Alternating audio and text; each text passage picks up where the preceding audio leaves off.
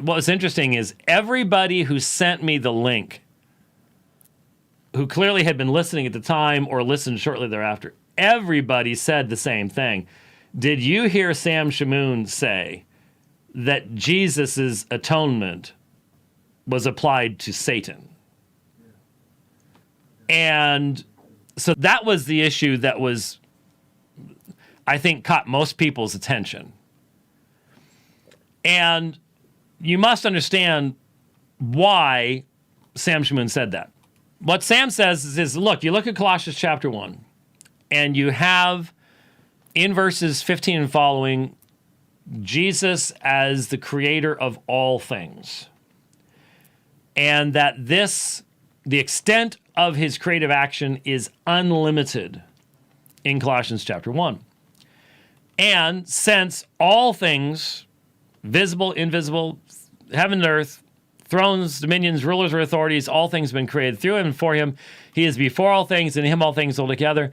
He is also head of the body, the church. He is the beginning, the firstborn from the dead, so that he himself will come to have first place in everything. For it was the Father's good pleasure for all the fullness to dwell in him, and through him, Colossians 1:20, here's the issue.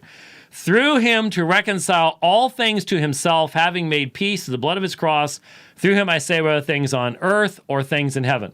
And so, his argument is, if the all things, the ta panta of 16 and 17 is entire, the entire created order, and that's only a few verses earlier, then verse 20, through him to reconcile all things to himself. Therefore, if the rulers and authorities, dominions, heaven and earth, of verse 16 include Satan, then through him to reconcile all things to himself, verse 20, includes Satan. And so the assertion was, but Satan will never be saved. Why? Because Satan will not believe. So you have, and I don't know whether Sam has thought this through, but you have the absolute centrality of creaturely autonomy, including even Satan himself. Now, there are a lot of issues here. A lot of issues here. There is no reason to talk about satanic autonomy or to even assume satanic autonomy, let alone to think that Satan could repent and believe in Jesus. Sam has missed something fairly obvious in the text.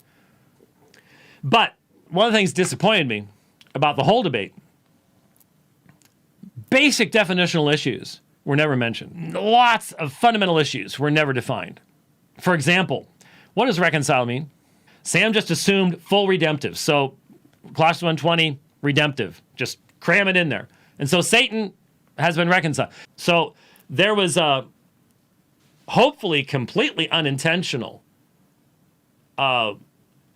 real error promulgated there in regard to either the nature of the incarnation or the role of the incarnation in atonement as to what atonement is.